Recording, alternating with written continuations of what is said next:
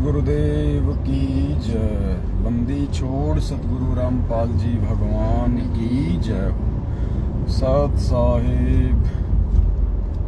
साहिब भाई और बहनों, परमपिता परमात्मा सारी सृष्टि के रचनहार, कुल मालिक, असंख्य ब्रह्मांडों के स्वामी, तीनों लोकों में प्रवेश करके सबका भरण पोषण करने वाले अकाल मूर्त सौद स्वरूपी राम, पूज्य गुरुदेव संत श्रोमणी सतगुरु रामपाल जी भगवान के पावन श्री चरण कमलों में हम सभी सत्सेवक भाई बहनों का कोटि कोटि सादर दंडवत प्रणाम। कल दिनांक 15 मई को राजस्थान के अलवर के मालाखेड़ा में सात संगति थी। कल परमात्मा ने दास को भी मौका दिया सात संगति में जाने का। तो जयपुर से हम 3-4 भगत भाई बहन अलवर के मालाखेड़ा की सात संगति में थे। रात को तकरीबन 10:30-11 बजे हम मालाखेड़ा पहुंचे। परमात्मा जी ने बहुत ही अच्छी सात संगति करवाई। सुबह के 5 बजे तक परमात्मा जी की ज्ञान चर्चा होती रही। भाई बहन आपस में मिलके परमेश्वर की महिमा का गुणगान करते रहे। 60-70 की संख्या में भाई बहन दिल्ली, हरियाणा, मध्य प्रदेश, यूपी, राजस्थान से आए हुए थे। और मालाखेड़ा की सात संगति की वीडियो आप जी दास का जो ये पेज है फेसबुक पेज है, पवन दास इज लाइव, आप उस पेज पे जाके और मालाखेड़ा सात संगति के 3-4 घंटे का वीडियो आप जी देख सकते हैं। 2-3 पार्ट में है। तो जो भाई बहन जुड़ते जा रहे हैं, एक बार वीडियो को जरूर शेयर कर दें। और अभी हम मालाखेड़ा से निकले हैं जयपुर के लिए। 1.5-2 घंटे हमको लगेंगे जयपुर जाने में। तब तक परमात्मा छोटी सी सात संगति करवा दें। तो वीडियो को आप सभी भाई बहन शेयर करें।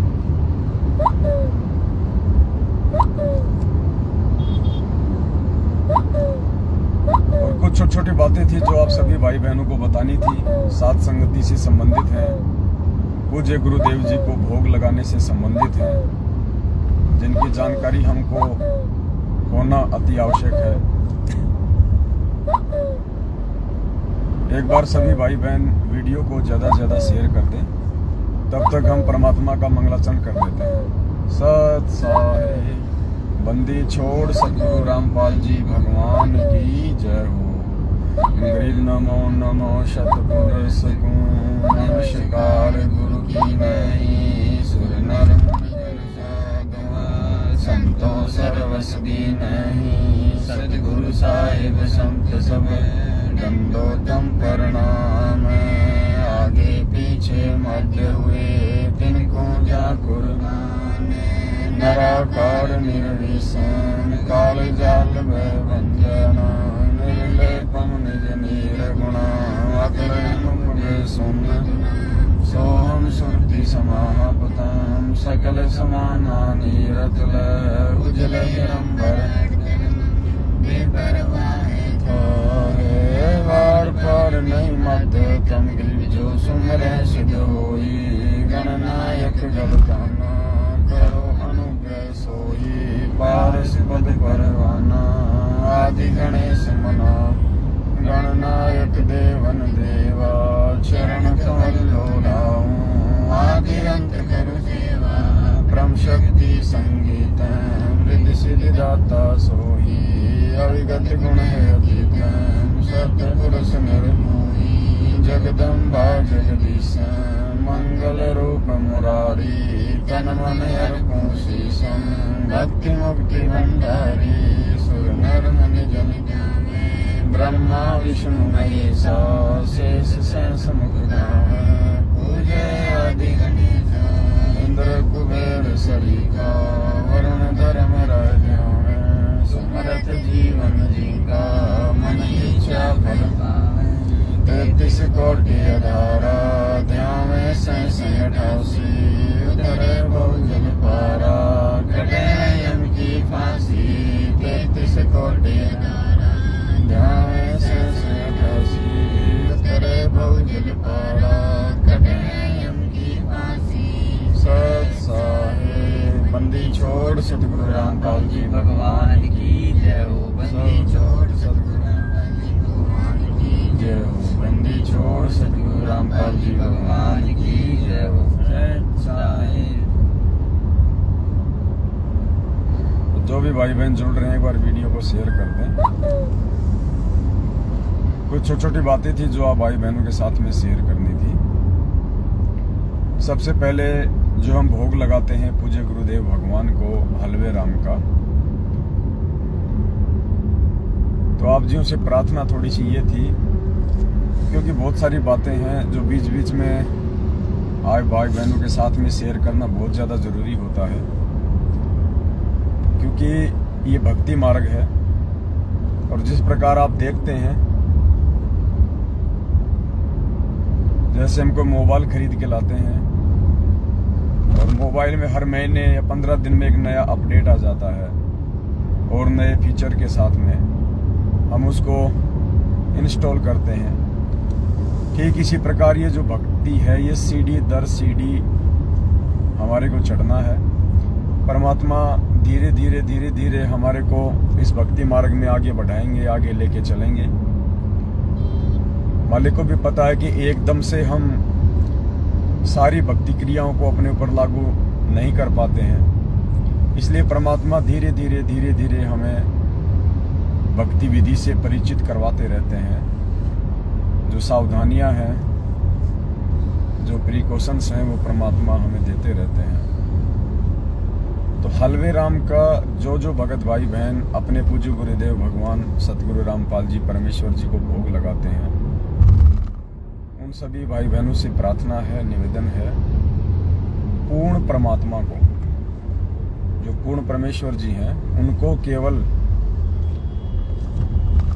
देसी घी के हलवे राम का ही भोग लगता है।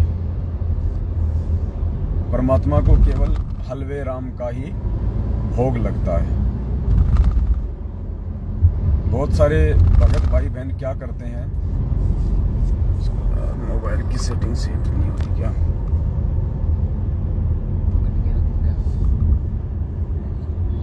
पकड़ गया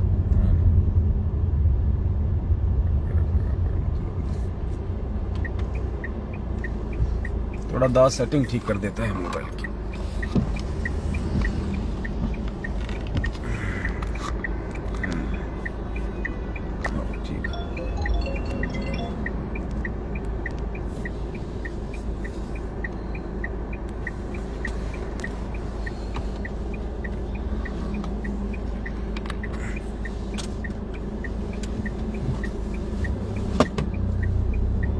बहुत सारे भगत भाई बहन क्या करते हैं कि जब गुरुदेव को भोग लगाते हैं तो घर में जो रोटी सब्जी बनती है, जी बेल्ट लगाओ, बेल्ट मत निकालो बड़े भाई, चलन करवा दो कैसे था। ना बेल्ट हमेशा लगा के रखो, ये अपनी सेफ्टी के लिए।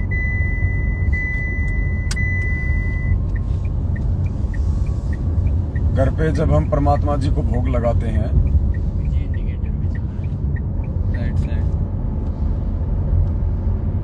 तो बहुत सारे भगत भाई बहन क्या करते हैं, अभी तक दास भी उनमें से एक था। हम जैसे घर पे भंडारा बनाते हैं, सब्जी रोटी, उसका भी हम पूज्य गुरुदेव जी को भोग लगाते हैं भोग की आरती के साथ। भोग की आरती चाहे छोटी हो चाहे बड़ी हो, तो भोग की आरती के साथ में बहुत सारे भगत भाई बहन गुरुदेव को भोग लगाते हैं, जो घर में भंडारा बनता है। और वो भंडारा हम रिफाइंड में बनाते हैं, हम तेल में बनाते हैं। सब्जी होती है ज्यादातर घरों में तेल में बनती है या रिफाइंड में बनती है। तो बहुत सारे जो भगत भाई बहन हैं वो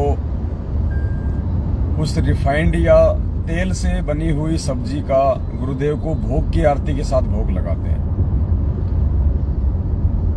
जबकि होना ये चाहिए कि पूर्ण परमेश्वर को केवल देसी घी के व्यंजन का ही भोग लगता है, और देसी घी में भी स्पेशल हलवा राम।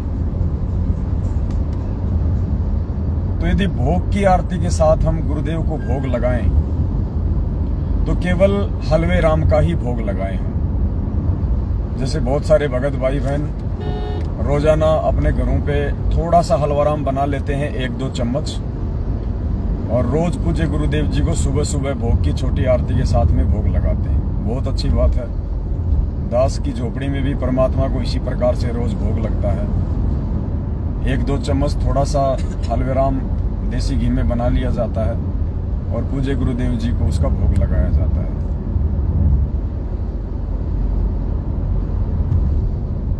ये जो विधि है ये तो बिल्कुल सही है, ये सत्य है।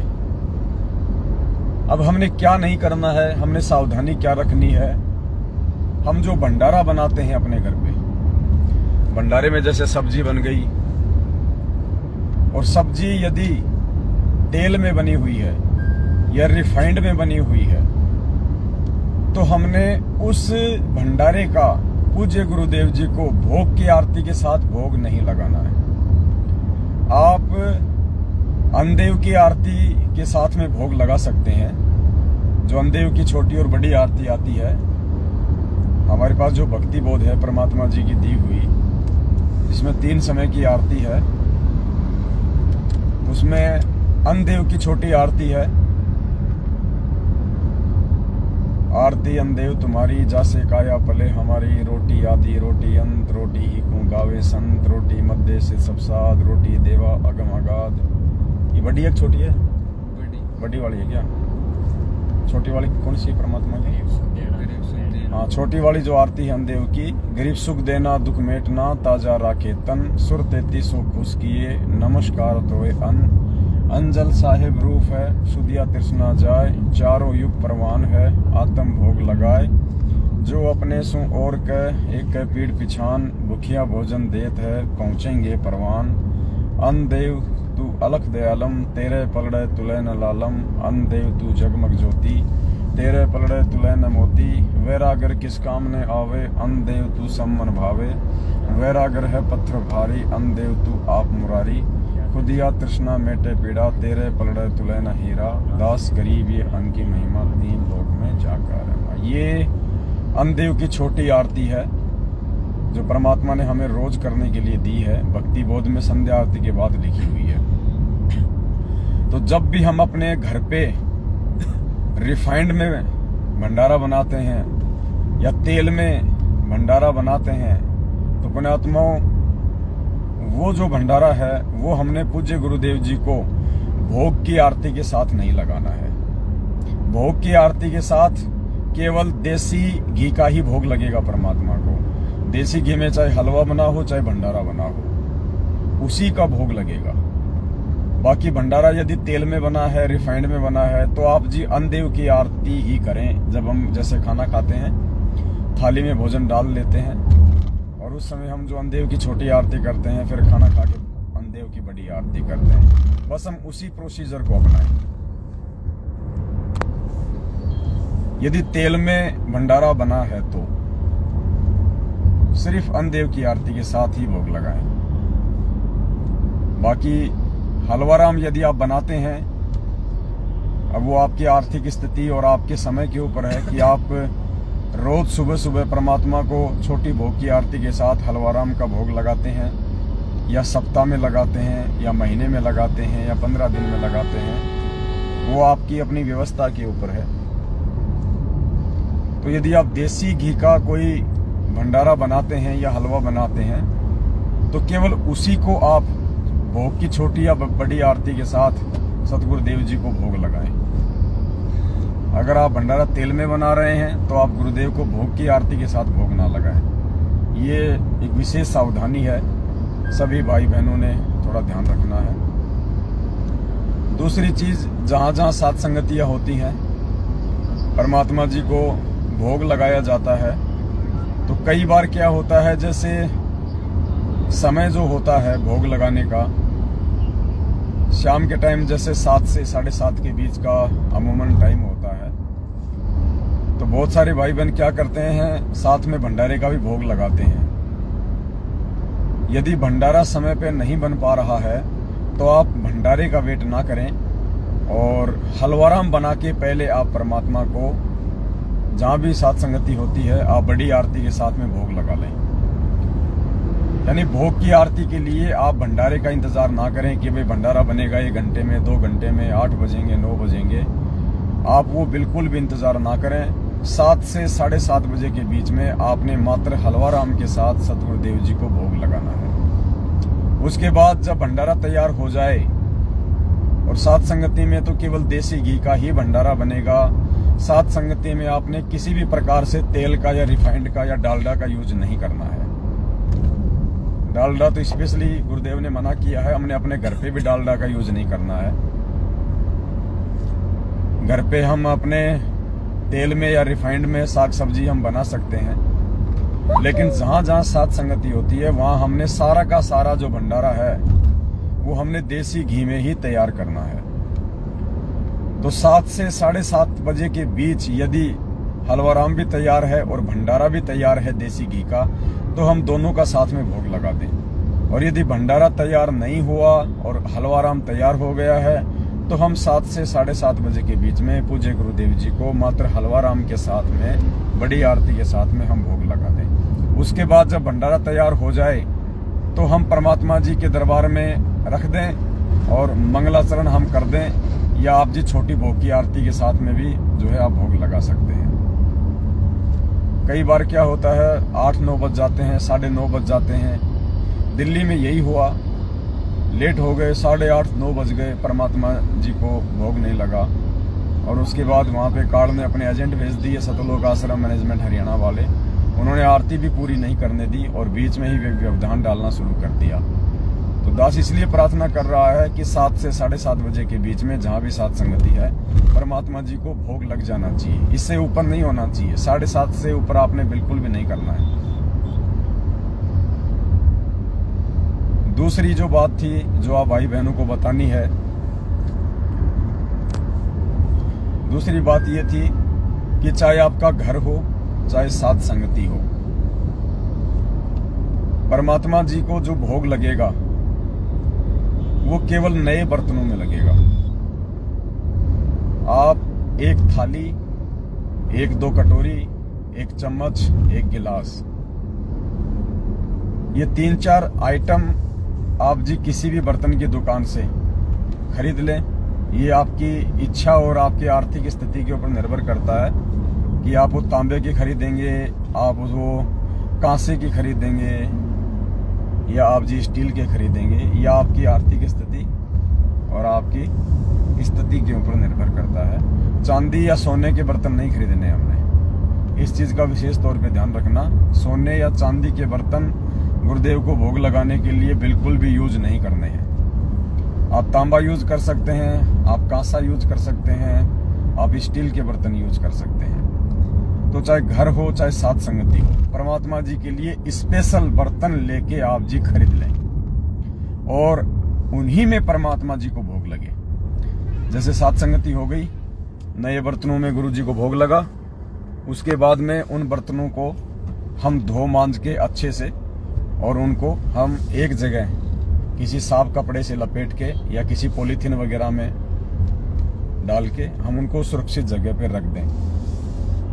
जब दोबारा साथ संगति हो तो उन्हीं बर्तनों में हम पूज्य गुरुदेव जी को भोग लगाएं। उन बर्तनों को कोई भी भगत यूज ना करे, कोई भी परिवार का मेंबर यूज ना करे। और उन बर्तनों को आप जी बाकी बर्तनों के साथ में भी ना रखें बिल्कुल। जो घर के बर्तन होते हैं जो रोज हम काम में लेते हैं, उन बर्तनों के साथ में भी या सिंक में भी हम उन बर्तनों को ना रखें जिन बर्तनों में पूज्य गुरुदेव जी को भोग लगता है। ऐसा ही सेम टू सेम हमने अपने घर पे करना है। 1 कटोरी, 1 थाल, 1 चम्मच, 1 गिलास हम नया खरीद लें। और चाहे आप रोज भोग लगाते हैं, चाहे महीने में लगाते हैं, चाहे 15 दिन में, चाहे सप्ताह में, उन नए बर्तनों में ही परमात्मा जी को भोग लगेगा। उसके बाद तुरंत उनको धो मांज के और वापस किसी साफ कपड़े में लपेट के या सुरक्षित जगह पे रख दें। बाकी जो घर के बर्तन हैं उनके साथ उन बर्तनों को भूलकर भी ना रखें। वो स्पेशल बर्तन रखे हैं आप परमात्मा जी के भोग के लिए। क्या? वो जो भोग प्रसाद लगाते हैं ना, हाँ उसी थाली में है ना, उसमें से करते हैं ना, हाँ फिर थोड़ा थोड़ा देते हैं। हाँ। वो दूसरी थाली में डाल के वैसे करके नहीं, उसी में ना, उस वाली थाली में जो परमात्मा भोग लगाते हैं ना खाए। हाँ। दूसरी सावधानी ये थी कि जिन नए बर्तनों में आप परमात्मा जी को भोग लगाएंगे और जब आपने वो भोग बाकी भक्तों को वितरित करना है, बाकी भक्तों को बांटना है, तो आप जी उस भोग प्रसाद को या उस हलवे को या उस भंडारे को आप जी किसी दूसरी थाली में डाल लें और उस थाली में आप उसको मिक्स कर लें और फिर अन्य भक्तों को आप जी देवें।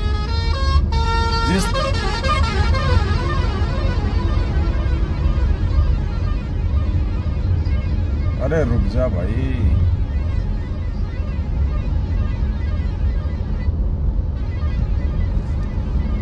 जिस थाली में हम पूज्य गुरुदेव जी को भोग लगाते हैं, उस थाली में उस भंडारे को या हलवे को मिक्स करके हम बाकी भक्तों में वितरित ना करें और ना ही हम खाएं, ना ही हम उस थाली में वो भोग प्रसाद खाएं। वो केवल पूज्य गुरुदेव जी को स्पेशल भोग लगाने के लिए रहेगी। जैसे भोग लग गया, गुरुदेव के बर्तनों से उस भंडारे को या हलवे को किसी दूसरे पात्र में डाल लें, फिर मिक्स करके हम बाकी भक्तों को बांटें या हम यूज करें। तो इस प्रकार से हमने ये सावधानी रखनी है।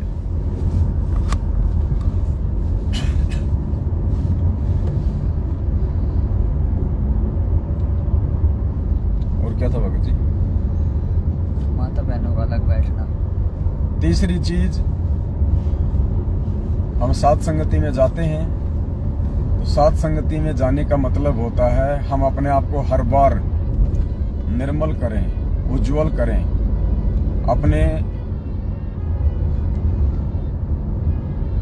अपने आप को हम साफ करें। हम साध संगति से कुछ सीख कर आए। हमारे अंदर हर बार कुछ चेंज होना चाहिए, हमारे व्यवहार में, हमारे आचरण में, हमारे बोलचाल में परिवर्तन होना चाहिए ताकि दूसरे भक्तों के ऊपर उसका प्रभाव पड़े।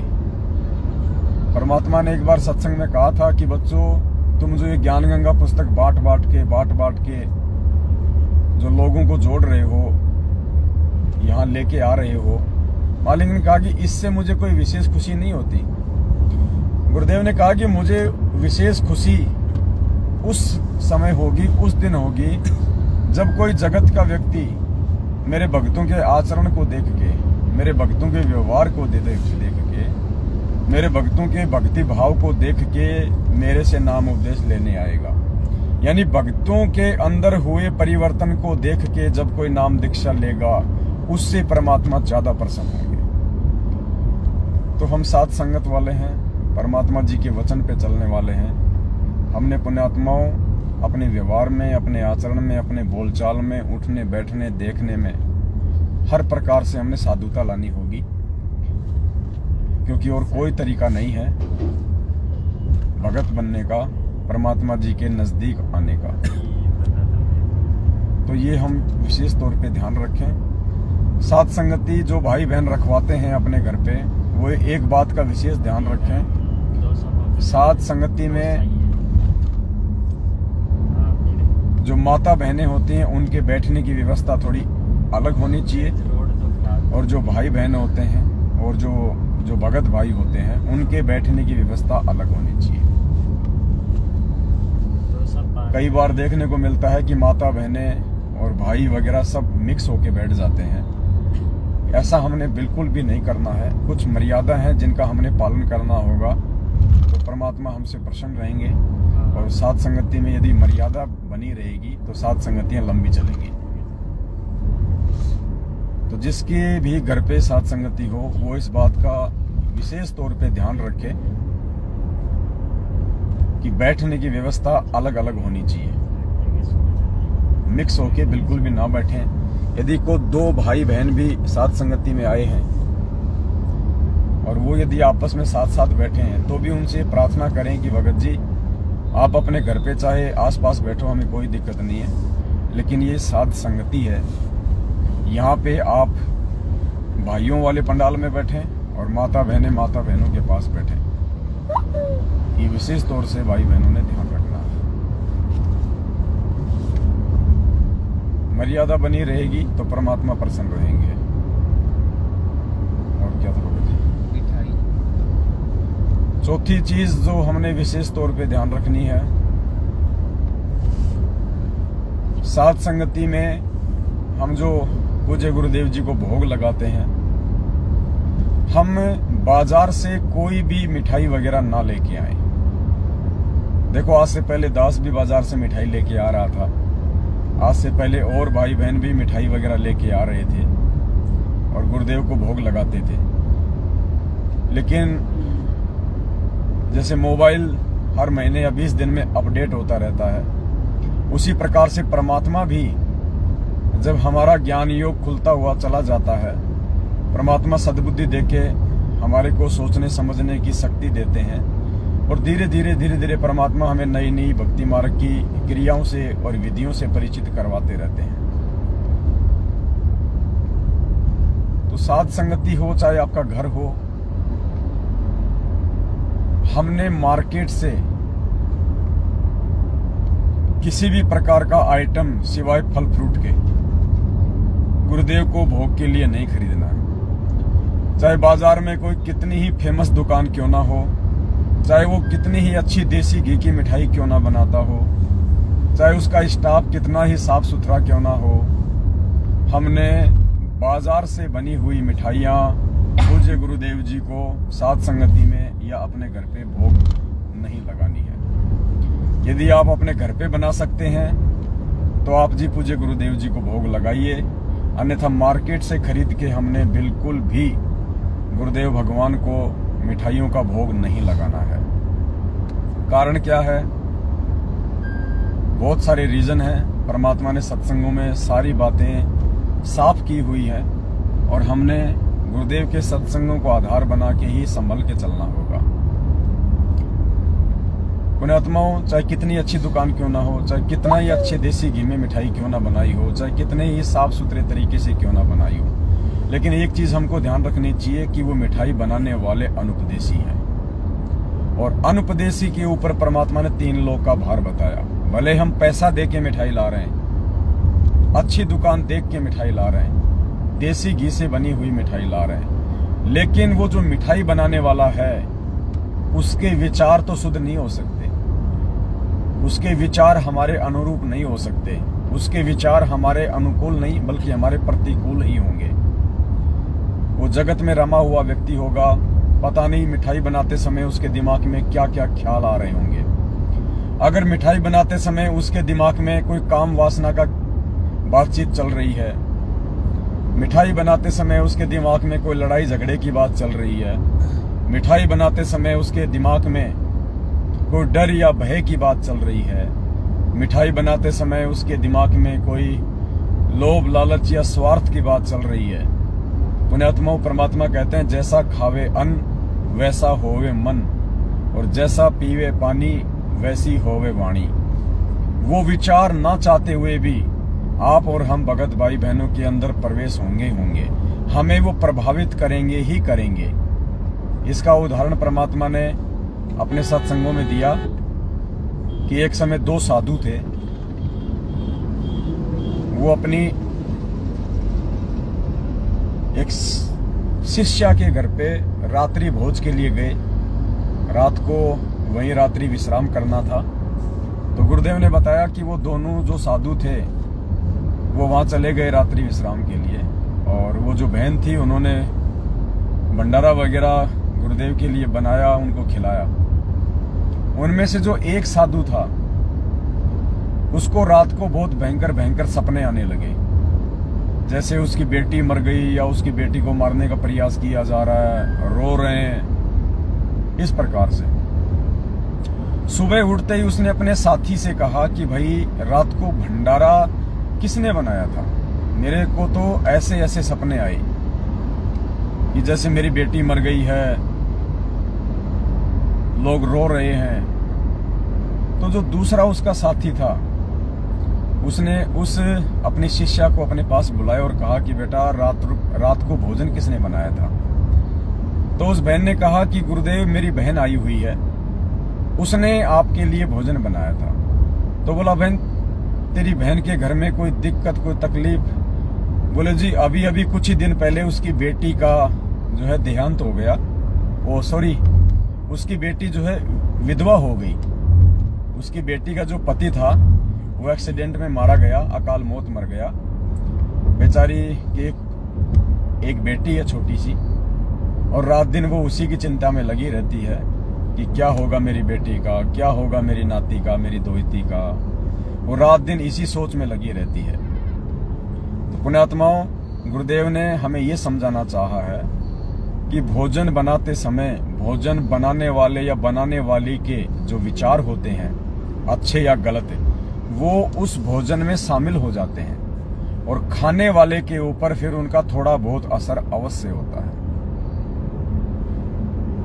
तो इस बात को विशेष तौर पे ध्यान रखते हुए हमने आज के बाद कभी भी बाजार से बनी हुई मिठाइयां या कोई भी व्यंजन सिवाय फल फ्रूट और साग सब्जियों के हमने पूज्य गुरुदेव जी को भोग लगाने के लिए प्रयोग नहीं करना है। और कोशिश करो कि आप भी बाजार से बनी हुई कोई भी इस प्रकार की जो मिठाइयां वगैरह होती हैं या अन्य जो आइटम होते हैं, आप भी उनका प्रयोग ना करें। दास आपको ये बात इसलिए कह रहा है क्योंकि दास के ऊपर परमात्मा की मेहर हुई है, परमात्मा की दया हुई है।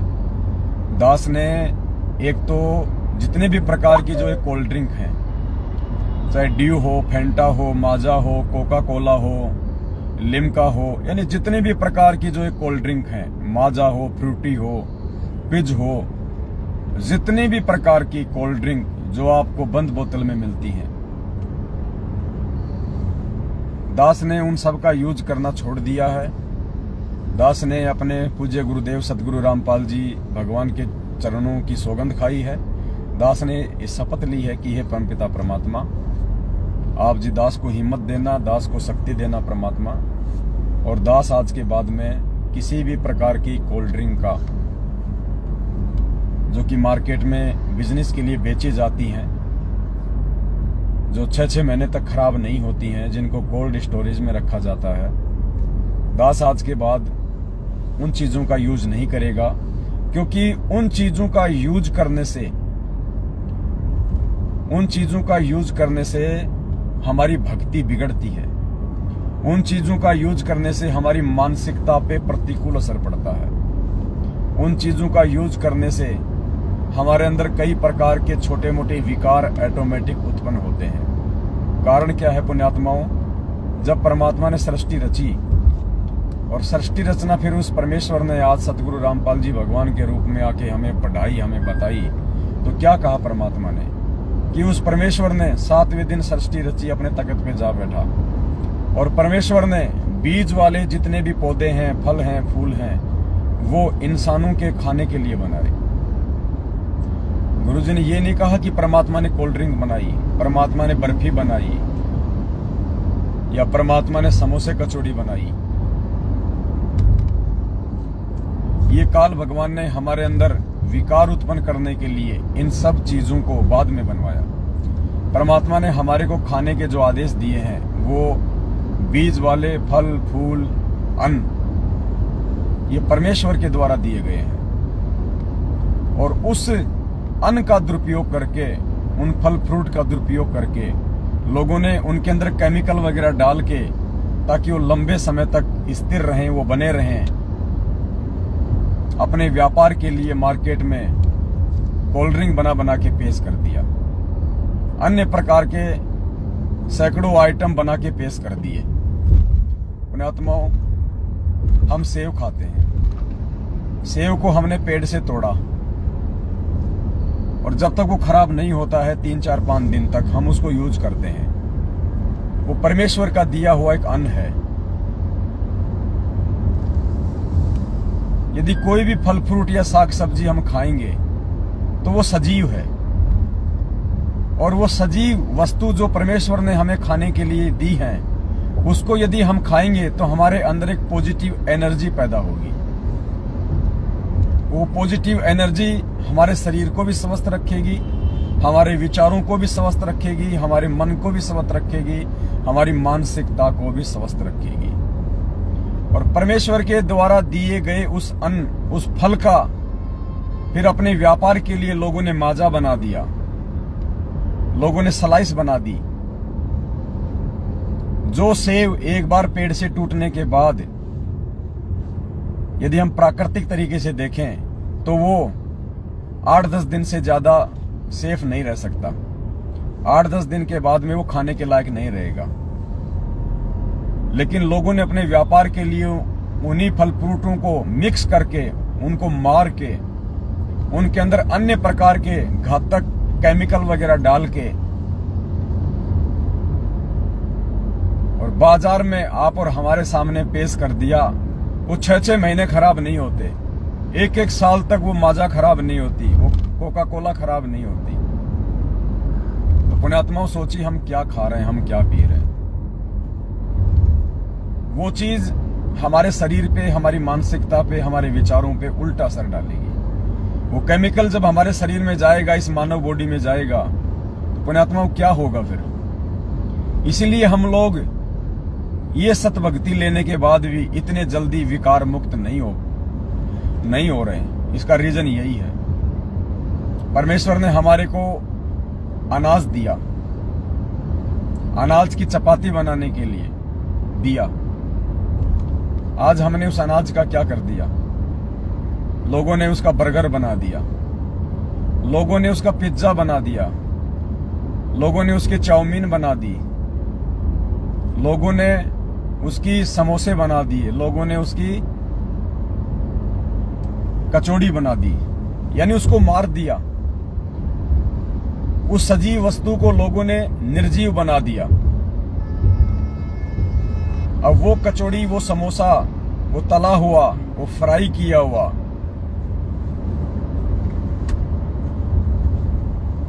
मार्केट में ना जाने कितने प्रकार के घटिया तेल आते हैं, जिनको खाने से हमारे शरीर पे बहुत ज्यादा प्रतिकूल असर पड़ता है। हार्ट अटैक की शिकायतें आती हैं। उस तेल को केवल 3 या 4 बार ही यूज करना होता है, लोग उसको 20-30 बार यूज कर देते हैं समोसे कचौड़ी बना बना के, समोसे कचौड़ी बना बना के। और उस गंध को फिर हम खाते हैं। वो निर्जीव वस्तु, वो हमारे अंदर नेगेटिविटी पैदा करेगी, हमारी मानसिकता को खराब कर देगी। हमारे अंदर रजोगुण का प्रभाव तेजी से बढ़ेगा, हमारे अंदर तमोगुण का प्रभाव तेजी से बढ़ेगा उन चीजों को खाने से। जबकि फल फ्रूट खाने से, साग सब्जी खाने से, सलाद खाने से, लस्सी पीने से, दूध दही घी खाने से हमारे अंदर पॉजिटिविटी आएगी, हमारे अंदर सात्विक जो गुण हैं उनका प्रभाव ज्यादा होगा। और उसी अनाज का दुरुपयोग करके लोग उसने समोसे बना दिए, कचौड़ियां बना दी, कोल्ड ड्रिंक बना दी, बियर बना दी, अन्य प्रकार के घातक पेय पदार्थ बना दिए, खाद्य पदार्थ बना दिए, उसको मार दिया, मशीनों में उसको ग्राइंड कर दिया और अन्य चीजें उसमें मिला दी, एसेंस मिला दिए खुशबू के लिए, अन्य प्रकार के केमिकल बना दिए लंबे समय तक स्टोरेज करने के लिए। और इन चीजों का जब हम प्रयोग करेंगे, पुण्यात्माओं, क्या असर होगा, इन चीजों को हमने समझना पड़ेगा। जिस प्रकार पूज्य गुरुदेव जी ने हमारे को शराब पीने के लिए मना किया है, हमारे को बियर पीने के लिए मना किया, क्यों मना किया पुण्यात्माओं? वो भी तो एक ड्रिंक है, शराब भी तो एक ड्रिंक है, बियर भी तो एक ड्रिंक है। बियर भी तो अनाज से बनती है, शराब भी तो फल फ्रूट से बनती है। परमेश्वर ने हमारे को फल फ्रूट खाने से तो मना नहीं किया, शराब पीने से क्यों मना किया, बियर पीने से क्यों मना किया? जो शराब और बियर होती है वो अंगूर से भी बनती है, सेब से भी बनती है, जौ से भी बनती है, गेहूं से बनती है। वो परमात्मा ने क्यों मना किया? क्योंकि परमेश्वर ने जो फल फ्रूट, जो अन्न हमको, जो जीवित वस्तु, जो पॉजिटिविटी पैदा करने वाली वस्तुएं जो हमारे को खाने के लिए दी थी।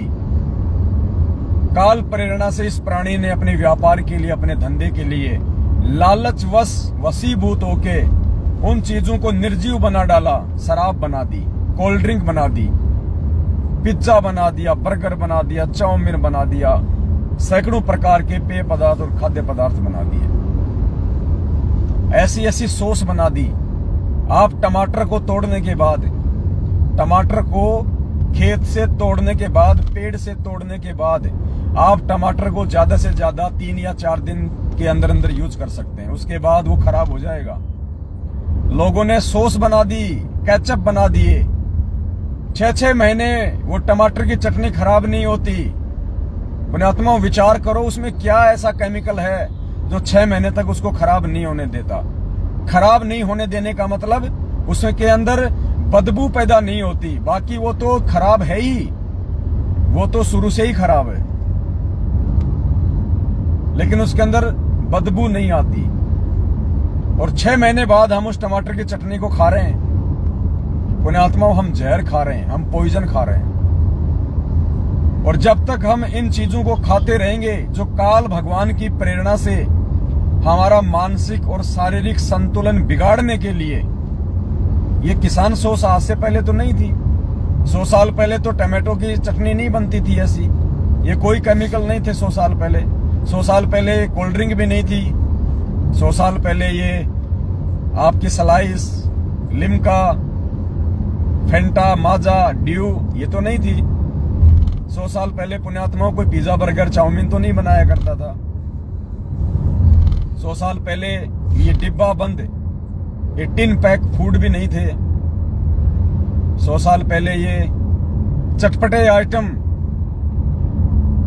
ये क्या खाते हैं बच्चे, ये कुरकुरे वगैरह, ये और क्या आती है वो आलू की बनती है, चिप्स, ये पहले तो नहीं थे पुण्यात्माओं। ये मैगी वगैरह ये पहले तो नहीं थे। ये आज क्यों बनी? इतने सारे डिब्बा बंद पेय पदार्थ, खाद्य पदार्थ आज मार्केट में भरमार है, भरमार। क्यों? सिर्फ और सिर्फ काल प्रेरणा से हमारे अंदर उत्तेजना पैदा करने के लिए, हमारे अंदर विकार पैदा करने के लिए, ताकि हम परमेश्वर की भक्ति ना कर सकें, हमारे विचार शुद्ध ना हो सकें, हम अपने रजोगुण, तमोगुण और शतोगुण पे काबू ना पा सकें। ये सब काल भगवान की सूक्ष्म चाल होती है। इसीलिए परमात्मा ने सबसे पहले हमारी शराब छुड़वाई। शराब के अंदर भी तो एक नशीला पदार्थ होता है जो हमारी मांसपेशियों को, हमारी नसों को स्थिर कर देता, सुन्न कर देता है, हमारे सोचने समझने की शक्ति को बंद कर देता है। कुछ समय के लिए हम मदोश हो जाते हैं। पुण्यात्मा, कोल्ड ड्रिंक भी वही चीज है। कोल्ड ड्रिंक में भी वही आइटम है। अगर उसमें ज्यादा मात्रा में है तो ये जितनी भी प्रकार की कोल्ड ड्रिंक है इनमें थोड़ी मात्रा में है, लेकिन है सारी चीजें वही। तो इसलिए अब ये चीजें ज्ञान आधार से हमने बंद करनी पड़ेंगी। यदि वास्तव में हमने भक्ति करनी है तो, वास्तव में यदि हमने अपने विकारों पे काबू प्राप्त करना है तो ये चीजें अब हमने 2 कदम आगे बढ़ के अपने जीवन से हटानी पड़ेंगी, अपनी दैनिक क्रियाओं से हटानी पड़ेंगी। ये तली हुई नमकीन वगैरह, ये बिस्किट वगैरह, पुण्यात्माओं, ये सारी चीजें केमिकलाइज हैं। बिस्किट जो होते हैं, चाहे कोई बिस्किट हो, किसी भी प्रकार का बिस्किट हो, उसके अंदर कहीं न कहीं अंडे का यूज होता है। अंडे का उसमें यूज होता ही होता है। उसके बिना वो बिस्किट बन ही नहीं सकता। विशेषज्ञ बताते हैं इन बातों को। ब्रेड वगैरह, जिसको बासी रोटी कहते हैं, बासी रोटी, ब्रेड, ये पश्चिमी देशों का जो प्रचलन है, ब्रेड, अगर हम अपनी भाषा में उसको कहें तो उसको कहेंगे बासी रोटी। जो बेकार रोटी होती है जिसको कुत्ते खाते हैं उसको कहते हैं ब्रेड। हमने अपने जीवन में उसको इस प्रकार से लागू कर लिया। ब्रेड पे लगा के चटनी, लगा के सॉस, चक्कू से डाल के उसमें 2-4 खीरे, रे साहब बन गई सैंडविच। वाह जी वाह, 2 महीने बाद में पेट का सैंडविच बन जाएगा। तो दास ये सारी बातें आपको पुण्यात्मा इसलिए कह रहा है कि परमात्मा ने सबसे पहले ये जितनी भी प्रकार की जो कोल्ड ड्रिंक हैं, ये परमात्मा ने दास से ये बंद करवा दी है। दास ने अपने परमेश्वर के चरणों की सौगंध खा ली है, परमात्मा से हिम्मत मांगी है, शक्ति मांगी है, आत्मबल और विश्वास मांगा है कि परमेश्वर आपकी रजा के बिना दास इन चीजों से दूर नहीं हो सकता है, क्योंकि मैं एक जीव हूं। मेरे अंदर 5 विकार और 25 प्रकृतियां हैं। मेरे अंदर भी वो मन है, काल सबके अंदर बैठा हुआ है मन रूप में। परमात्मा आप साथ देंगे तो ये चीजें हम छोड़ पाएंगे।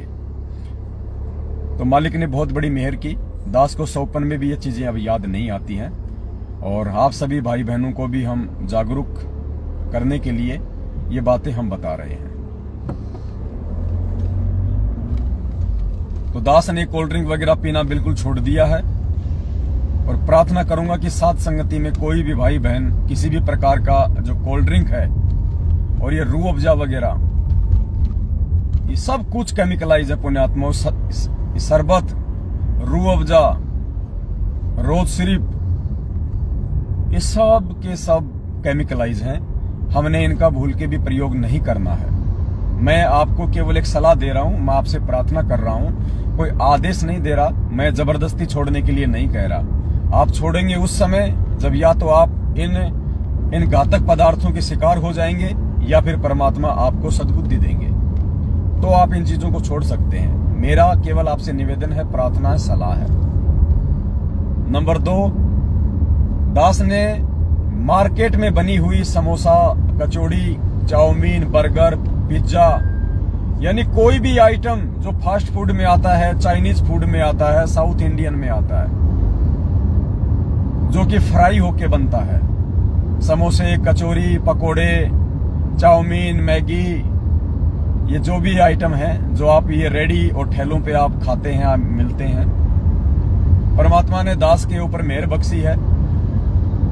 दास इन चीजों से दूर हो चुका है।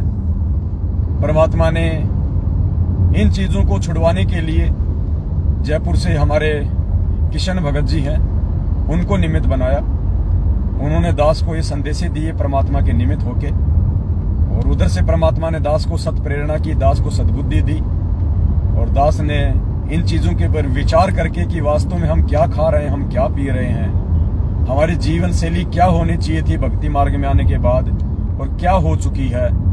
हम ये जहर खा रहे हैं और साथ में परमात्मा की भक्ति भी कर रहे हैं, इसीलिए तो हमारे विकारों पे कंट्रोल नहीं हो पा रहा। वरना ये भक्ति तो पुण्यात्माओं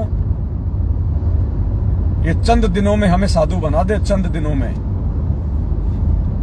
तो इस भक्ति के साथ साथ हमने भी अपनी दैनिक क्रियाओं पे, विशेष तौर पे खाने पीने को लेके सावधानी बरतनी होगी। अब हम समोसे खाते हैं, कचौरी खाते हैं, ये पिज्जा बर्गर खाते हैं, पेट क्यों फूल जाता है? आपने देखा होगा जब आदमी मरता है, जब आदमी डेड हो जाता है, तो वो उसकी बॉडी जो है फूल जाती है, उससे पहले नहीं फूलती। आदमी जब मरता है तो बाद में उसकी बॉडी फूल जाती है ऑटोमेटिक। क्यों फूल जाती है? क्योंकि उसके शरीर की जो कोशिकाएं हैं वो मर जाती हैं, वो काम करना बंद कर देती हैं, वो शून्य हो जाती हैं, तो वो शरीर फूल जाता है।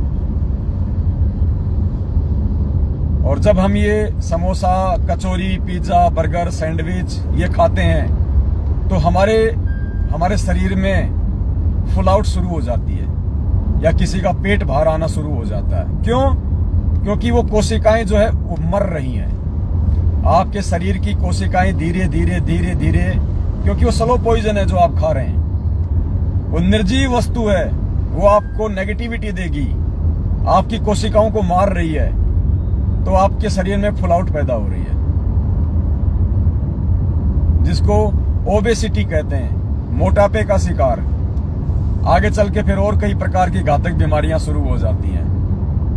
पुण्यात्माओं, भगत को यदि कोई छोटी मोटी अगर कोई मोटापे की शिकायत है, कोई डायबिटीज है, कोई शुगर है, बताओ भक्ति कैसे करेगा? वो कैसे भक्ति करेगा परमात्मा की? एक तरफ उसको बीमारी दिक्कत देगी, दूसरी तरफ वो भक्ति करेगा, तो वो भक्ति नहीं कर पाएगा, उसको परेशानी रहेगी रहेगी। तो हमने यदि इस परमेश्वर के मार्ग पे अपने मानसिक संतुलन के साथ में और शारीरिक संतुलन के साथ में भक्ति करनी है, अपने विकारों को धीरे धीरे धीरे धीरे शांत करना है, तो भक्ति के साथ साथ हमने अपने खाने पीने पर भी विशेष तौर से ध्यान देना पड़ेगा। आप कहीं सफर में जा रहे हैं, आप ट्रेन में जा रहे हैं, आपने ट्रेन में खाना ऑर्डर कर दिया, आप भगत हैं, आप नॉनवेज नहीं खाते हैं, आपने बहुत सोच समझ के अपनी सूझबूझ काम में लेके आपने ट्रेन में ऑर्डर दे दिया, लिखवा दिया वेटर को, वेंडर को कि भाई साहब 2 प्लेट वेज बिरयानी ले आना, एक मेरी और एक मेरी भक्तमती की, 2 प्लेट वेज बिरयानी। अब पुण्यात्मा आपने तो वेज का ऑर्डर दे दिया, अब उधर चावल हो गए खत्म, वेज बिरयानी खत्म। अब ट्रेन में क्या है, जो पेंट्री होती है वहां क्या होता है आप सबको अच्छे से पता है। चावल में से अंडे निकाले, पहले तो वो डब्बे में जा रहा था, अंडा बिरयानी, अंडा बिरयानी, अंडा बिरयानी, एग बिरयानी, एग बिरयानी। किसी ने नहीं ली तो जाके उसने रख दी पेंट्री में वापस। आपने ऑर्डर दिया भाई साहब वेज बिरयानी लेके आना, अब वेज बिरयानी भाई साहब कहां से लाएगा, अंडा बिरयानी बिक नहीं रही तो वो उसको बर्बाद तो उसको होने नहीं देगा, तो वो क्या करेगा, उसमें से अंडे अंडे बाहर निकाल देगा और उसको पैकिंग करके आपको दे देगा भगत जी को कि लो भगत जी वेज बिरयानी। भगत जी बन गए पंडित। पुण्यात्माओं, काल ऐसे ठगता है। बाहर लिखा हुआ है शुद्ध वैष्णव ढाबा, पंडित जी का शुद्ध वैष्णव ढाबा, एक बार खाओगे तो बार बार आओगे। अब आपको तो लिख दिया पंडित जी ने शुद्ध वैष्णव ढाबा, और पंडित जी लगा के पौवा और मुर्गे की टांग खा रहा अंदर रसोई में, आप थोड़ी देख रहे हैं। बहुत सोच समझ के पुण्यात्माओं, इसीलिए गुरुजी कहते हैं कि भाई जो अनुपदेशी होता है उसका तो हम अन्न भी नहीं खाते। गुरुदेव ने एक सत्संग में कहा कि जो हमारा नाम उपदेशी नहीं होता ना, हम उसके घर का पानी भी नहीं पीते, क्योंकि उसके ऊपर तो 3 लोक का भार होता है, 3 लोक का भार। भगत को ज्यादा लंबी यात्रा करनी नहीं होती है। अगर 1 दिन की यात्रा है, 24 घंटे की यात्रा है, अपने घर से अपना खाना बना के ले जाओ, कोई ऐसे आइटम बना लो जो 2 या 3 दिन तक जो खराब नहीं होते हैं। पानी की अपनी बोतल लो, या फिर भी आपको अगर कुछ खाना पीना पड़ जाए तो आप जी आम, केला, संतरा, सेब ज्यादातर रेलवे स्टेशन पे मिलते हैं, बस स्टैंड पे मिलते हैं, आप उनका प्रयोग करो। आप उन सजीव वस्तुओं का प्रयोग करो जो भक्ति मार्ग में हमें सहायता दें, हमारे अंदर पॉजिटिविटी बढ़ाएं, हमारे अंदर सात्विक जो गुण हैं उनको बढ़ाएं। आपने ट्रेन में ऑर्डर दे दिया, भाई साहब 1 प्लेट पनीर पकोड़ा लेके आना, वेज पकोड़ा, ठीक है भाई साहब ऑर्डर हो गया आपका। अब पेंट्री में कौन देख रहा है भाई जी, जिस तेल में मछली पकोड़ा बनाया जा रहा है, फिश पकोड़ा, मछली काट के उस तेल में बेसन लगा के और वहां पे फिश पकोड़ा बन रहा है। मछली पकोड़ा बोलते हैं क्या, फिश पकोड़ा बोलते हैं ना, फिश पकोड़ा।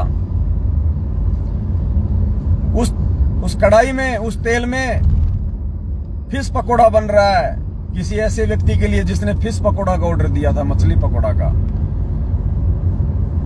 जैसे ही वो ऑर्डर तैयार हुआ, उसी तेल में पनीर के ऊपर लगा के बेसन आपके पकोड़े तले जा रहे हैं। लो जी ये पनीर पकोड़े तैयार हो गए पंडित जी के, भगत जी के। भगत जी के पास गया, लो भगत जी आपका पनीर पकोड़ा। भगत जी ने खाया पनीर पकोड़ा, उंगली चाटता रह गया। बना तो ऐसे हमें काल ठगता है। ये सद्बुद्धि परमात्मा धीरे धीरे देता है। आज से पहले हम भी ऐसा ही कर रहे थे भाई, हम भी ऐसे खाते थे ट्रेनों में, हम भी ऐसे कोल्ड ड्रिंक पीते थे, हम भी ऐसे कचौरी पकोड़े खाते थे, समोसे खाते थे। अब परमात्मा ने दास को सद्बुद्धि दी है तो दास अपने विचार भाई बहनों के समक्ष रख रहा है। दूसरी बात पुण्यात्माओं, परमात्मा ने सत्संग के माध्यम से हमारे को जागरूक किया, हमारे को सचेत किया।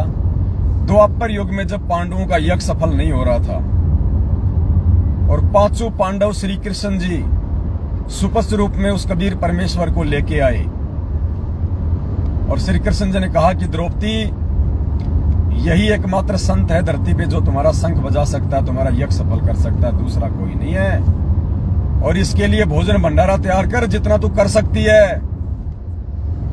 पुण्यात्माओं, द्रौपदी ने बहुत अच्छे तरीके से अपने खुद के हाथों से, जबकि नौकरानियां थी, लेकिन उसने खुद परमात्मा जी के लिए भोजन भंडारा तैयार किया। 56 प्रकार के कचौड़ी, पकौड़ी, समोसे, खीर, खांड, हलवे, लाडू, जलेबी, खुरमे, पता नहीं क्या क्या बनाए और परमात्मा जी के सामने रख दिए। परमात्मा जी ने सबको मिक्स किया और खाने लगे, 5 ग्रास बना लिए। तो द्रौपदी के मन में, वो भोजन बनाने वाली के मन में क्या विचार आए? देखना, विचार करना पुण्यात्माओं।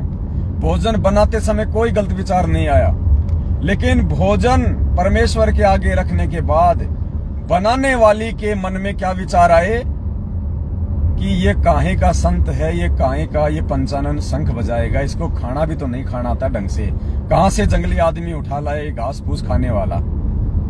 द्रौपदी के मन में ये विचार आ गए, उस भोजन बनाने वाली के मन में इतने से विचार आए थे।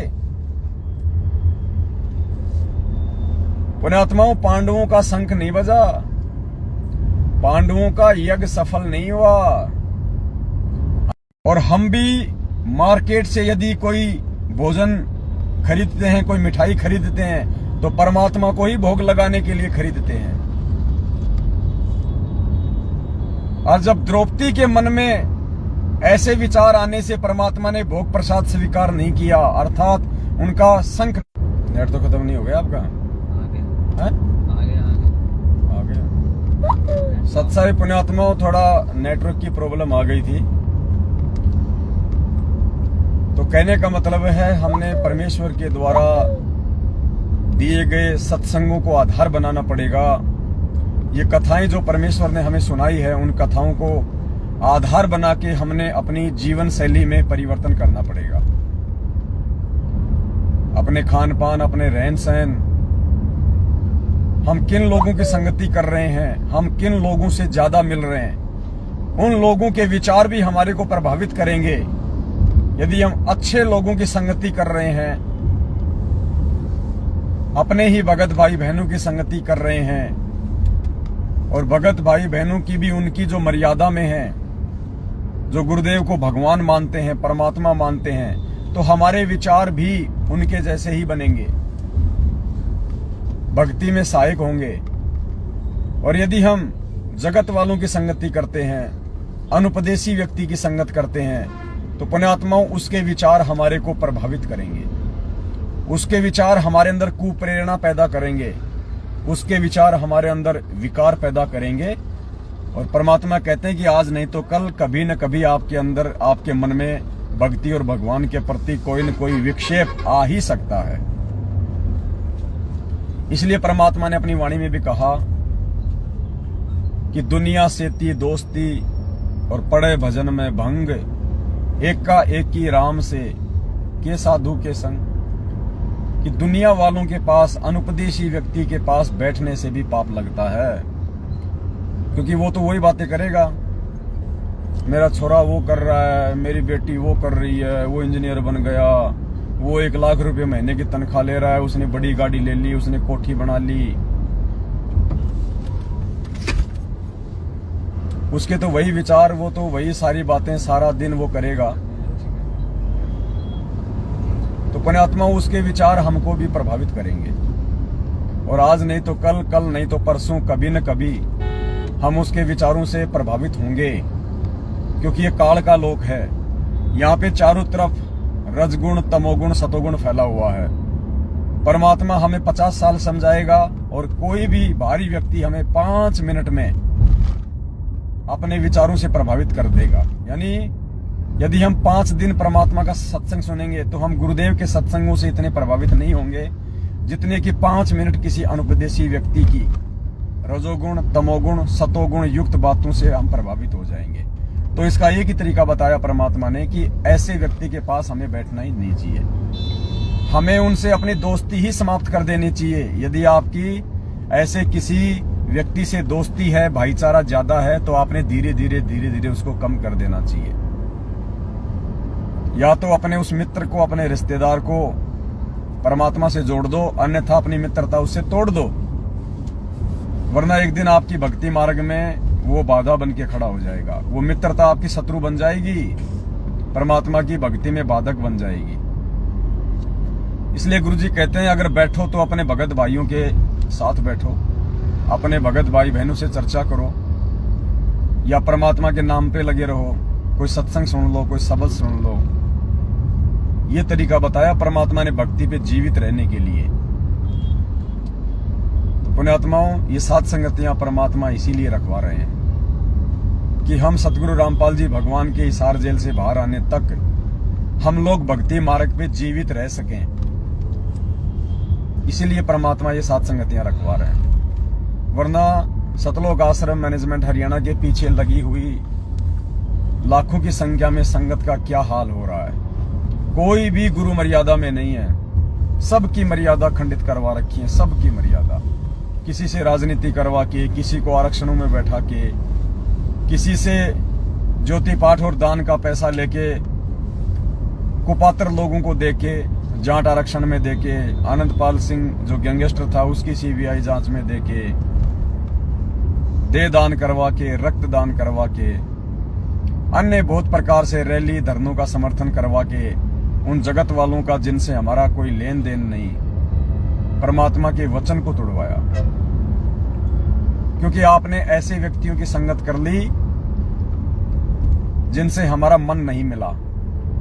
परमात्मा कहते हैं कबीरा तहां जाइए रह संतन की प्रीत, इष्ट मिले और मन मिले, मिले सकल रस रीत। गुरुजी कहते हैं कि यदि आप भगत हो, आपने नाम उपदेश ले रखा है, तो आपने ऐसे लोगों की संगति करनी चाहिए, आपने ऐसे लोगों के बीच में रहना चाहिए, बैठना उठना चाहिए, जिनके साथ आपके विचार, आपका मन, आपकी भक्ति क्रिया मेल खाती हो। कबीरा तहां जाइए रह संतन की प्रीत, यानी आप कहीं भी जाओ, देश में विदेश में कहीं भी, परमात्मा कहते हैं साधु के संपर्क में रहो, अच्छे भक्तों के संपर्क में रहो, उनसे प्रीति बना के रखो, उनसे प्यार प्रेम बना के रखो। कबीरा तहां जाइए रह संतन की प्रीत। कौन से साधु संतों से? इष्ट मिले और मन मिले, मिले सकल रस रीत। उस भगत भाई से आपका इष्ट मेल खाना चाहिए, यानी आप जिसको इष्ट मान के पूजा कर रहे हैं वो भी वैसे ही विचारों वाला होना चाहिए। जैसे हम सात संगत वाले सतगुरु रामपाल जी भगवान को अपना इष्ट मान के हम उनकी पूजा करते हैं, उनको भोग लगाते हैं। तो यदि आप ऐसे किसी भगत भाई के संपर्क में रहेंगे, उसके पास उठेंगे बैठेंगे, तो ही आप भक्ति पे जीवित रह पाएंगे, तो ही आपके विचार शुद्ध रह पाएंगे। वरना देख लो, एक ही गुरु के शिष्य हैं, सतसेवक और सतलोक आश्रम मैनेजमेंट। आज हमारा इष्ट भी मेल नहीं खा रहा, हम दोनों का इष्ट भी अलग अलग है। काल प्रेरणा से और अपनी अज्ञानता के चलते, गुरुदेव के तत्व ज्ञान युक्त सत्संगों को ना समझ पाने के चलते, सतलोक आश्रम मैनेजमेंट हरियाणा और गुरुजी का कलयुगी परिवार एक दाढ़ी मूछ वाली फोटो को, जो काल्पनिक फोटो है, हाथ से बनाया हुआ चित्र, उसको अपना इष्ट मानता है, उस फोटो को अपना इष्ट मानता है। जून के महीने में उसका प्रकट दिवस मना के उसकी पूजा करते हैं। और हम सत्सेवक सतगुरु रामपाल जी भगवान को, जो कि साक्षात धरती पे प्रकट है, मानव शरीर में प्रकट है, जिंदा रूप है, हम उनको अपना इष्ट मान के, उनके ज्ञान आधार से कि निर्गुण सरगुण एक है, दूजा ब्रह्म विकार, निर्गुण साहिब आप हैं, सरगुण संत विचार, और गुरु गोविंद दो नहीं भाई, जो दो समझेगा वो दोजक में जाई। फिर परमात्मा कहते हैं सतगुरु साहिब एक शरीरा, और सतगुरु बिना न लागे तीरा। फिर परमात्मा कहते हैं कि गुरु को पूर्ण ब्रह्म कर जाने। हमें आदेश दे रहे हैं परमात्मा कि गुरु को ही पूर्ण ब्रह्म कर जाने, गुरु को ही पूर्ण परमात्मा जानिए मानिए और भाव कभू नहीं आने। इसके अलावा तुम्हारे मन में कोई दूसरा भाव भी नहीं आना चाहिए कि ये गुरु माँ के गर्भ से आया है या ये परमात्मा का भेजा हुआ संत है, उनका दूत है, उनका संदेश वाहक है। कहते हैं आपके मन में इस प्रकार के कुविचार बिल्कुल भी नहीं आने चाहिए। गुरु को पूर्ण ब्रह्म कर जाने। पूर्ण ब्रह्म कौन? कबीर साहब, जिनका वैदिक नाम है, जिनका वैदिक नाम है कबीर। तो परमात्मा कहते हैं स्वयं कि गुरु को ही कबीर जानो, गुरु को पूर्ण ब्रह्म कर जाने और दूसरे भाव कभू नहीं आने। दूसरे तो मन में भाव भी नहीं आने चाहिए गुरु को परमात्मा मानने के अलावा। तो पुण्यात्माओं, जब आप किसी ऐसे भाई बहन की संगति करोगे, आप उसके संपर्क में रहोगे, तो उससे आपका इष्ट भी मेल खाएगा। इष्ट मिले और मन मिले, आपका और उसका जो मन है वो भी मिलेगा, क्योंकि आपकी जो क्रिया है वो सेम क्रिया है। वो भी भोग लगाता है गुरु जी को, आप भी भोग लगाते हैं। वो भी गुरु जी को कबीर परमात्मा मानता है, दाढ़ी मूछ वाली फोटो को नहीं मानता। आप भी गुरु जी को ही कबीर परमात्मा मानते हो, दाढ़ी मूछ वाली काल्पनिक फोटो को नहीं मानते। तो आपकी जो दोस्ती है, आपका जो प्यार प्रेम है, आपका जो मेल मिलाप है, वो बढ़ता ही चला जाएगा। इसलिए परमात्मा कहते हैं कबीरा तहां जाइए रह संतन की प्रीत, इष्ट मिले और मन मिले, मिले सकल रस रीत। आज हमारे विचार इसीलिए सतलोक आश्रम मैनेजमेंट हरियाणा से एक ही गुरु के शिष्य होने के बावजूद भी मेल नहीं खाते, क्योंकि हम साधु हैं। हम साधुता में रहना पसंद करते हैं। हम गुरुदेव के वचन पे चलते हैं। आवत गाड़ी एक है उल्टा हो अनेक, कहे कबीर ना उलटियो रहे एक की एक। हम गुरुदेव के इस वचन पे चलते हुए पिछले 7.5 साल से सतलोक आश्रम मैनेजमेंट हरियाणा और गुरुदेव के कलयुगी परिवार वालों की गालियां खा रहे हैं, उनकी मार खा रहे हैं, उनके कुवचन सहन कर रहे हैं, उनकी धमकियां खा रहे हैं। हमने उल्टा कभी भी उनको गाली नहीं दी, कभी भी मारने की मन में सोची भी नहीं, क्योंकि हम गुरु वचन पे चल रहे हैं।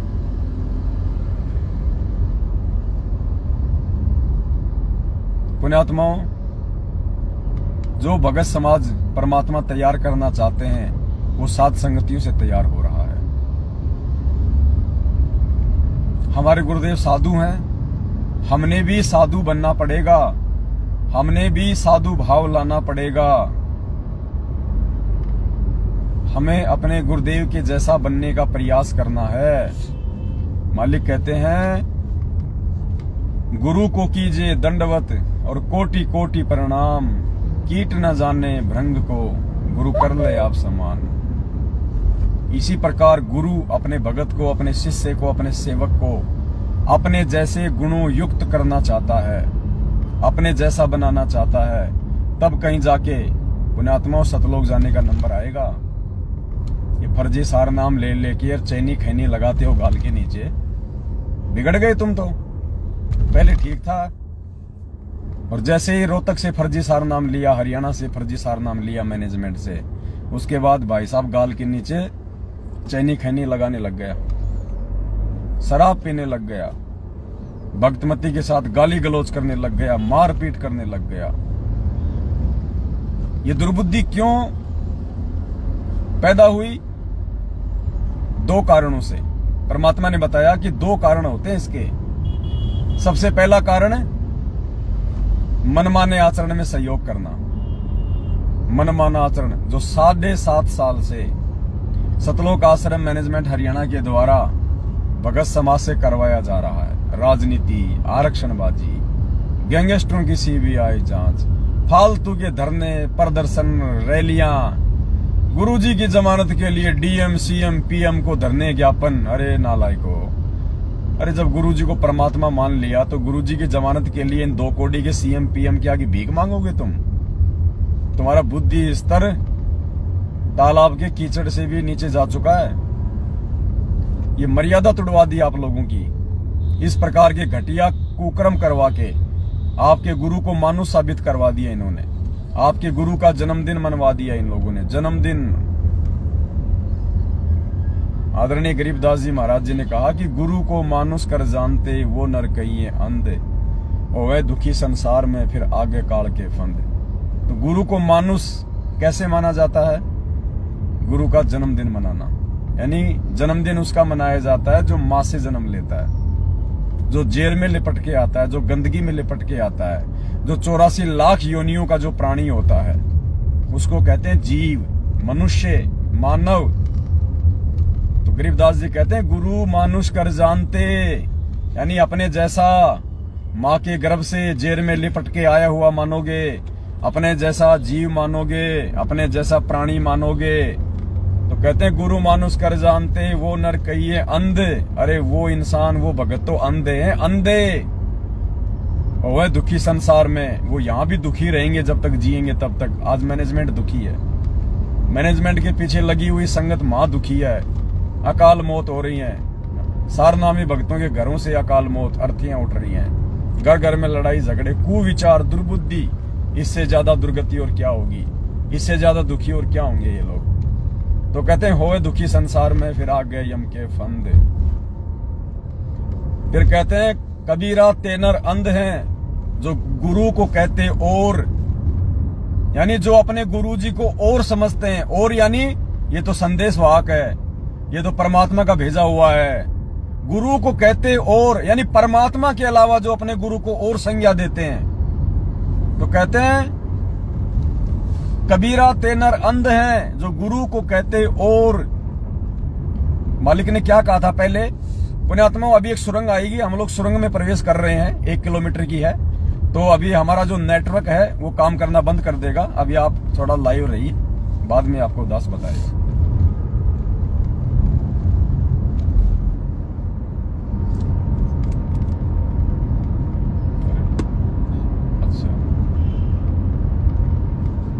ये जयपुर में है, ये सुरंग है पुण्यात्माओं, पहाड़ के अंदर से बनाई हुई है, आगरा रोड पे। हम इसके अंदर प्रवेश कर रहे हैं, पूरा अंधेरा है।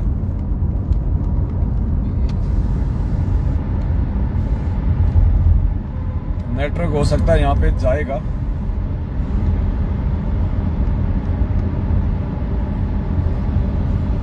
मैं घुमाने का प्रयास करता हूँ, शायद आप लोग देख पाए, नहीं घूम पाएगा।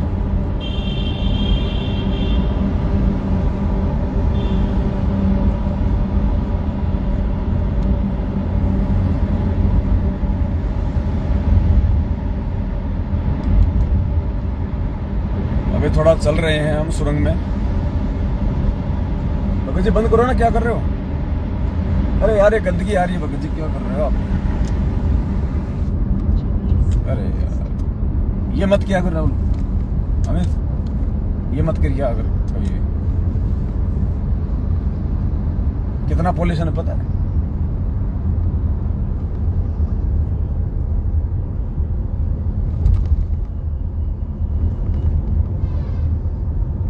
पुण्यात्मा हम सुरंग के बाहर आ गए हैं।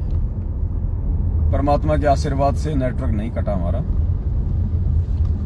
तो क्या कहा आदरणीय गरीबदास जी महाराज जी ने कि कबीर जी ने क्या कहा? कबीरा तेनर अंध हैं, कि वो लोग अंधे हैं, वो मूर्ख हैं, वो मूर्ख की श्रेणी में हैं, जो गुरु को कहते और, यानी गुरु जी को परमात्मा के अलावा जो और कहते हैं कि ये तो संत है, ये तो खाली हमारा गुरुजी है, ये तो हमारा बाप है, हमारा पिताजी है। कहते हैं गुरु को कहते और। परमात्मा के अलावा यदि तुम गुरु को और कोई संज्ञा देते हो और परमात्मा नहीं मानते, यदि आप परमात्मा मानते हैं, फिर आप चाहे उन्हें बाप कहिए, आप उन्हें अपना गुरु कहिए, आप उन्हें महापुरुष कहिए, परमात्मा कहिए, जगत गुरु कहिए, कोई दिक्कत नहीं। लेकिन गुरु को परमात्मा ना मानकर यदि आप उन्हें कोई दूसरी संज्ञा दे रहे हैं, तो कहते हैं कबीरा तेनर अंध हैं, जो गुरु को कहते और। हरि के रूठे ठोर हैं, गुरु रूठे नहीं ठोर।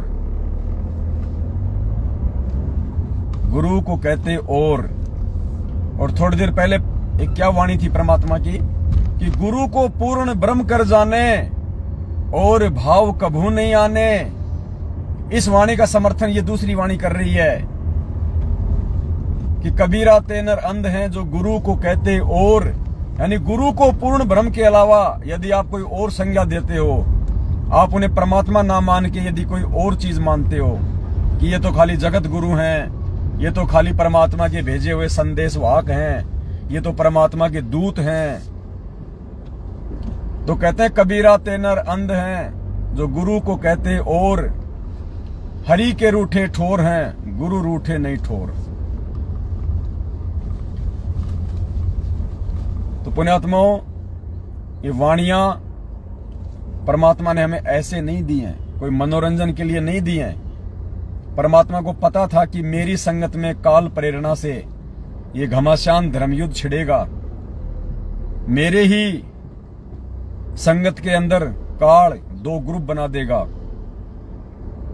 जो मनवस प्राणी होंगे, जो गुरु को मानुष मानेंगे, जो गुरु का जन्मदिन मनाएंगे, जो गुरु को अपने जैसा जीव मानेंगे, गुरुजी को पता था कि काल उनको ठगेगा, उनसे उल्टे कर्म करवाएगा, भक्ति विरुद्ध काम करवाएगा, आरक्षणबाजी और राजनीतियां करवाएगा, उनको ठगेगा। तो परमात्मा को पहले इन सब बातों का पता था, इसलिए इस दयालु परमात्मा ने हमें सावधान करने के लिए 250 साल पहले, 300 साल पहले आदरणीय गरीबदास जी महाराज जी के रूप में आके ये ग्रंथ साहिब लिख दिया, ये वाणियां लिख दी, ताकि हम जागरूक रहें, हम धोखा ना खाएं। 650 साल पहले परमात्मा ने कबीर सागर लिखवा दिया, ढेरों वाणियां लिखवा दी ताकि हम धोखा ना खाएं। और छांट छांट के सतगुरु रामपाल जी भगवान ने, उस कबीर परमात्मा ने आज हमारे को, हमारे गुरु बन के हमारे को नित्य नियम दे दिया, छांट छांट के वाणियां दे दी, अच्छी अच्छी वाणियां, प्यारी प्यारी वाणियां, जिनको अपने जीवन में धारण करके हम धोखा खाने से बच सकते थे। हमारे को असुर निकंदन रमेणी में दे दी वाणियां छाट छाट के, संध्या आरती में दे दी वाणियां छाट छाट के, सत्संगों में परमात्मा हमें 10, 20, 50 कुछ ऐसी वाणियां जो बार बार समझाते, बार बार बताते कि संगत माही कुसंगत उपजे जैसे बन में बास, आप घिस घिस आग लगा लेकर बनखंड का भी नाश। तो संगत में कुसंगत, संगत में वो बंबू, वो बांस, ये सतलोक आश्रम मैनेजमेंट हरियाणा है पुण्यात्माओं। काल ने इस मैनेजमेंट को, काल ने गुरुदेव के बेटा बेटी भाई बंधु रिश्तेदार ये कोऑर्डिनेटरों को बंबू बना के, बांस बना के और आप लोगों के सिर पे बैठा दिया। इन्होंने खुद अपनी भक्ति बर्बाद करी, आप लोगों से राजनीतियां करवा के, उल्टे कुकर्म करवा के। अरे परमात्मा ने तो भिखारी को भी 1 रुपया तक देने से मना किया है कि नगद बिल्कुल नहीं देना बेटा, भिखारी को मार खा जाएगा।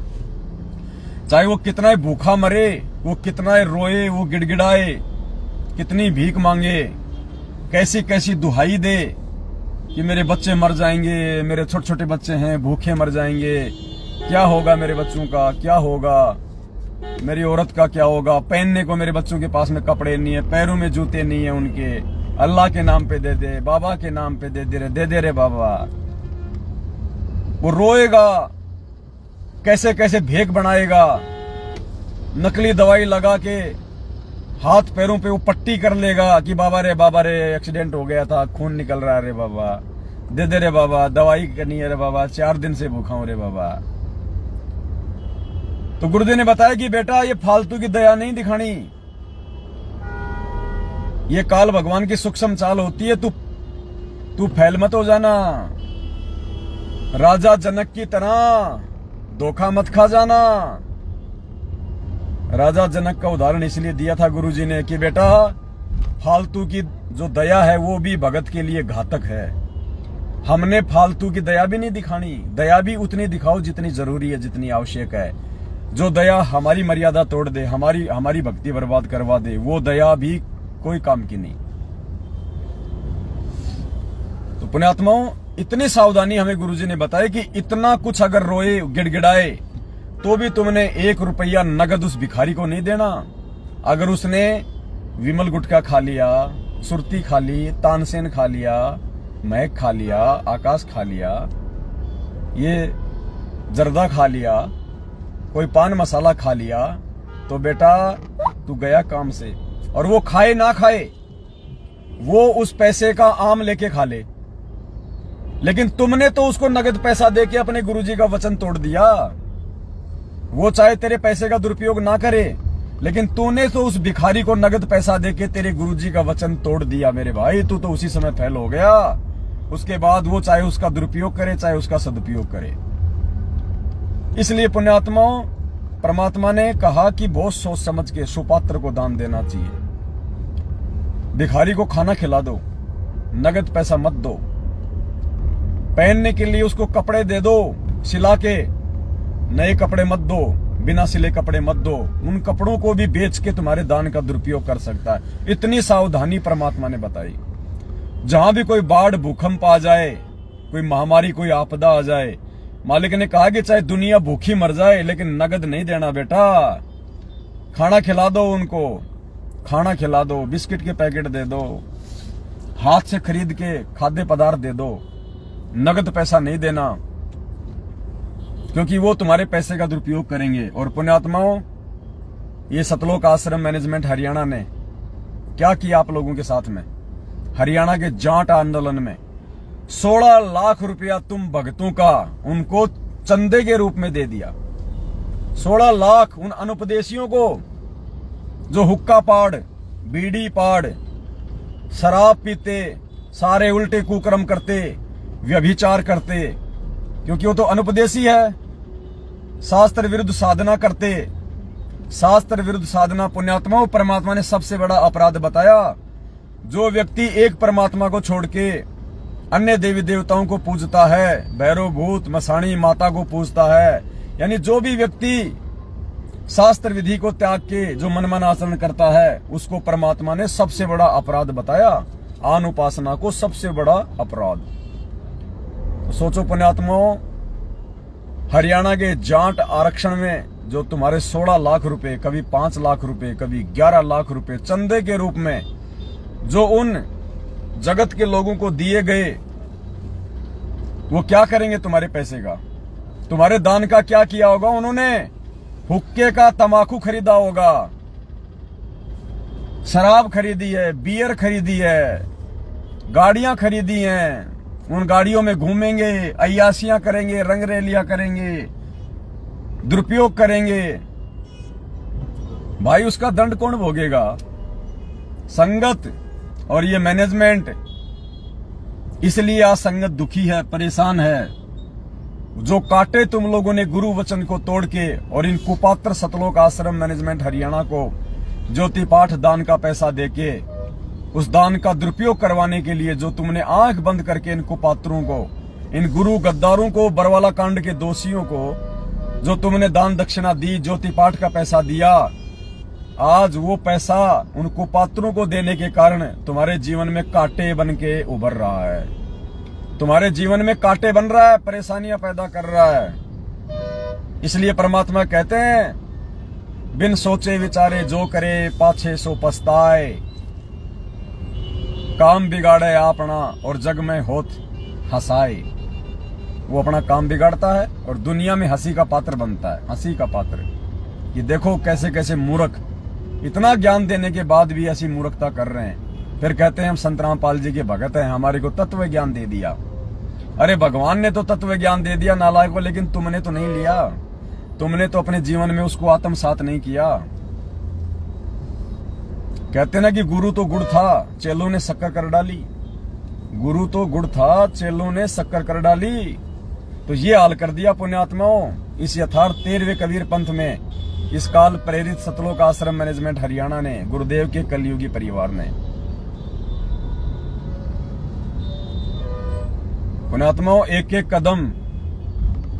एक कदम इस भक्ति मार्ग पे काल भगवान की सूक्ष्म चाल को गुरुदेव के आशीर्वाद से, गुरुदेव के ज्ञान आधार से समझ के धरने की आवश्यकता है। वरना ये ऐसे ठगता है, ये ऐसे ही। इसने अच्छों को ठग लिया भाई। आप और हमारी औकात क्या है 2 कोटि के जीवों की। इसलिए तो परमात्मा कहते हैं, तेरी क्या बुनियाद प्राणी तू पेंडा पंथ पकड़वो। सुखदेव ने 84 भुगती बनया पजावे खरवो। और तेरी क्या बुनियाद प्राणी तू पेंडा पंथ पकड़बो। पेंडा पंथ यानी अपने गुरुदेव के वचन पे दृढ़ होके चल नालायक। किसी दूसरे की बातों में मत चल, देखा देखी में मत चल, भेड़ चाल में अपना जीवन बर्बाद ना कर। ये देखा देखी का मार्ग नहीं है, ये भीड़ का मार्ग नहीं है कि मैनेजमेंट के पास भीड़ ज्यादा है तो वो सही है और सत्सेवकों के पास में भीड़ कम है तो वो थोड़ा है। अरे ऐसे तो राधा स्वामी पंथ में ज्यादा भगत हैं, ऐसे तो जय गुरुदेव पंथ में ज्यादा लोग हैं, दंदन सतगुरु में लाखों करोड़ों लोग हैं। और संत रामपाल जी के भगत तो उनकी तुलना में मुट्ठी भर भी नहीं है, मुट्ठी भर भी। तो क्या संत रामपाल जी का पंथ गलत पंथ हो गया? क्या संत रामपाल जी का पथ सही पंथ नहीं हुआ? अरे वो बंद किया भगत जी, हीट हो गई।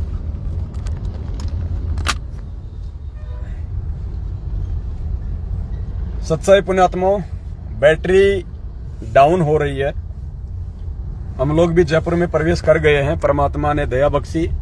दरअसल दास को नींद आ रही थी जब दास मालाखेड़ा से चला अलवर से, क्योंकि रात को भी हम 8:30 बजे जयपुर से निकले थे, 11:30 बजे हम मालाखेड़ा पहुंचे।